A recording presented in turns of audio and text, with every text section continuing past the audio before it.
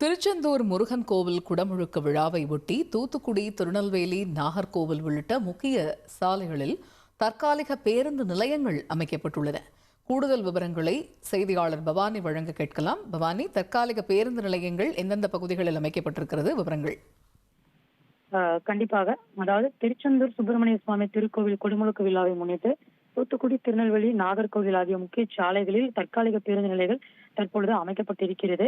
அதாவது திருச்செந்தூர் சுப்பிரமணிய சுவாமி திருக்கோவிலில் நாளை மறுநாள் நடைபெறக்கூடிய குடமுழுக்கு விழாவை முன்னிட்டு தூத்துக்குடி மாவட்ட ஆட்சியர் உத்தரவின் பேரில் தூத்துக்குடி காவல் கண்காணிப்பாளர் திருக்கோயில் நிர்வாகம் சார்பில் விழாவிற்கான பக்தர்களின் வசதிகளுக்கான ஏற்பாடுகள் மற்றும் பாதுகாப்பு நடவடிக்கைகள் போன்றவைகள் மேற்கொள்ளப்பட்டு வருகின்றது. குடமுழுக்கு விழாவிற்கு தமிழகத்தின் பல்வேறு மாவட்டங்களிலிருந்து சென்னை, கரூர், நாமக்கல், தூத்துக்குடி, மதுரை, திருநெல்வேலி, கன்னியாகுமரி உள்ளிட்ட பகுதிகளிலிருந்து 10 லட்சத்திற்கும் மேலான பக்தர்கள் விழாவிற்கு வருகை தருவார்கள் என்று கோவில் நிர்வாகம் சார்பில் கூறப்பட்டிருக்கின்றது. அதனால் வரக்கூடிய பக்தர்களுக்கென்று அந்த இடத்திலேயே கழிவறை, குடிநீர் மற்றும் அன்னதானங்கள் கிடைப்பதற்கும் கோவில் தரப்பில் தற்பொழுது ஏற்பாடானது செய்யப்பட்டிருக்கின்றது. கணக்கில் அடங்காத பக்தர்கள் தங்களது கார்கள் மற்றும் வேன்கள் மற்றும் பேருந்துகளில் வரக்கூடிய பக்தர்களுக்கென்று தூத்துக்குடி, திருநெல்வேலி, நாகர்கோயில் ஆகிய 3 சாலைகளில் தற்காலிக பேருந்து நிலையங்கள் அமைக்கப்பட்டிருக்கிறது.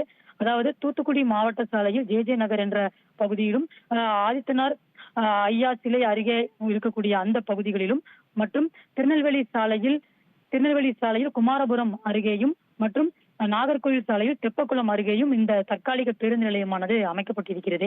அதாவது 20,000 பேருந்துகள் நிறுத்தும் அளவிற்கு 3 இடங்களில் தற்காலிக பேருந்து நிலையங்கள் அமைக்கப்பட்டிருப்பதை தொடர்ந்து வரக்கூடிய பக்தர்கள் திருச்செந்தூர் கோவில் மற்றும் கடற்கரை செல்வதற்கான வழிகளை தெரிந்து கொள்வதற்கான அறிவிப்பு பலகையும் தூத்துக்குடி, திருநெல்வேலி, நாகர்கோவில் முக்கிய சாலைகளில் பதாகைகள் மூலம் பக்தர்களுக்கு வழிகாட்டு விதமாக அமைக்கப்பட்டிருக்கின்றது. மேலும் இருசக்கர வாகனங்களில் வரக்கூடிய பக்தர்களுக்கும் அந்த தற்காலிக பேருந்து நிறுத்தும் இடத்திலேயே அவர்களுக்கென்று ஒரு பக்கம் தங்களது வாகனங்கள் நிறுத்துவதற்கான வழிவகையும் செய்யப்பட்டிருக்கிறது. 3 முக்கிய சாலைகளிலும் அரசு பேருந்து போக்குவரத்து அலுவலர்கள் மற்றும் தூத்துக்குடி போக்குவரத்து காவல்துறையினர்கள் வழிகாட்டும் விதமாக ஆங்காங்கே கண்காணிப்பு பணிகளும் பாதுகாப்பு நடவடிக்கையும் மேற்கொண்டு வருகின்றனர். தகவல்களுக்கு நன்றி பவானி.